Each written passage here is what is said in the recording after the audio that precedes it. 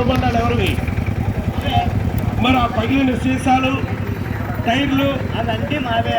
ఇక్కడ ఉన్న నీలకుండి అవి మావే. దాని మీద మూత లేదు. మరి ఈ క్రోటాలు మొక్కలు అవి మావే. ఇందులో నీళ్లు ఎప్పటి నుంచి ఉన్నాయి? రోజు పోతుంది. చూసారా? మరి ఆ గోడ అన్నాలను శుభ్రం చేసి ఒక 6 నెలలు అవుతుంది. 6 నెలలు అవుతుంది. ఇలా ఎక్కడ పడితే ఎక్కడ ఇప్పుడు వర్షం నీరు పడుతుందా? ఆ తాగి పారిసిన కొబ్బరి బొండాల్లో పడతాయి, టైర్లో పడుతుంది, ఈ మొక్కల్లో పడుతుంది, మీరు మూత లేకుండా పెట్టే గోళాల్లో పడుతుంది. వాటిని శుభ్రం చేయరు. మనం వాడుకునే నీరు, తాగే నీరు ఏ రోజుకి ఆ రోజు పరిశుభ్రంగా చూసుకోవాలి. కానీ మీరేం చేస్తారంటే అక్కడ పరిశుభ్రం చేయరు. ఎక్కడ పడితే అక్కడ నీటి నిల్వలు ఉంచేస్తారు. అలా ఎక్కడైనా సరే నీటి నిల్వలు, ముఖ్యంగా ఈ డెంగ్యూ దోమ అనేది మలేరియా దోమ మంచినీటి నిల్వల్లో పడుతుంది. అలా ఎక్కడైతే నీటి నిల్వలు ఎక్కువగా ఉంటాయో, ఇక్కడ మేము చూపించాం కదా, శనికల రాయి పత్రం కానీ, తాకి పారేసిన కొబ్బరి బొండాలు కానీ, అలాగే మీ ఇంట్లో ఫ్రిడ్జ్ ఉందా? ఉన్నది. ఫ్రిడ్జ్ వెనకాల ఒక తెల్ల డొక్కు ఉంటుంది. అందులో నీళ్ళు ఎన్నాళ్ళని శుభ్రం చేసి తెత్తప్పుడు చూశాను. ఆ ఫ్రిడ్జ్ వెనకాల ఉన్న డొక్కులో నీరు కానీ మనం శుభ్రం చేయకుండా అలాగే నిల్వ ఉంచుతాం.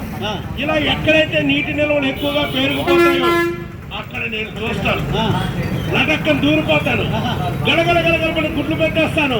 వారం రోజుల్లో పిల్లలు రెడీ అవి కనుక వచ్చి మీ మీద వాలి మీ రక్తాన్ని పీల్చి మీకు ఇటువంటి వ్యాధులు రావడానికి కారణం అవుతాయి. కాబట్టి నేను పుట్టకుండా మిమ్మల్ని పుట్టకుండా ఉండాలంటే ముందుగా పరిశుభ్రత పాటించండి. అలాగే ఎక్కడైనా సరే నీటి నిల్వ లేకుండా చూసుకోండి. జీవీఎంసీ వారు ప్రతి శుక్రవారం డ్రై డే చేస్తున్నారు. ఆ కార్యక్రమం ముఖ్య ఉద్దేశం ఏంటంటే మనం వాడుకునే నీరు కానీ, తాగే నీరు కానీ ఏ రోజు కానీ పరిశుభ్రంగా ఉంచుకోవాలి. అలా కాకపోయినా కనీసం వారం రోజులకు ఒకసారి అయినా సరే మీరు ఆ గోళాలన్నీ ఖాళీ చేయాలి. ఇంటిపై ఉన్న ఓవర్ హెడ్ ట్యాంకర్ ఖాళీ చేసి అంతవరకు ఉన్నటువంటి నీటిని వంపి గోళాలు శుభ్రంగా కడిగి ఆరబెట్టి మళ్ళీ కొత్తగా నీరు పట్టుకోవాలి. ఈ విధమైన జాగ్రత్తలు పాటించడం వల్ల నేను పుట్టకుండా ఉంటాను, మిమ్మల్ని పుట్టకుండా ఉంటాను. అలాగే డెంగ్యూ దోమలు కానీ, దోమలేమి ఇళ్లలోకి రాకుండా తలుపులకి, కిటికీలకి మెస్సులు కట్టాలి. సెప్టిక్ ట్యాంక్ వెంట పైపుకి మెస్ కట్టాలి. అలాగే పిల్లలైతే సాయంత్రం పూట వాళ్ళు ఫుల్ హ్యాండ్స్, ఫుల్ ప్యాంట్లు వాడాలి. పెద్దవాళ్ళు అయితే మోకాళ్ళ కంటే కింది భాగంలో కప్పులను రాసుకోవాలి. ఇటువంటి జాగ్రత్తలు తీసుకోవడం ద్వారా దోమ కాటు నుండి మిమ్మల్ని మీరు రక్షించుకోవచ్చు. అర్థమైందా?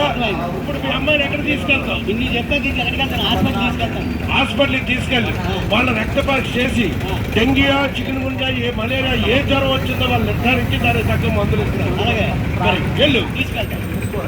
ఈ కార్యక్రమాన్ని మీ గురించి గ్రేటర్ విశాఖ మున్సిపల్ కార్పొరేషన్ వారు ఏర్పాటు చేశారు. ఒక్క నిమిషం ఇన్స్పెక్టర్ గారు మాట్లాడతారు. మళ్ళీ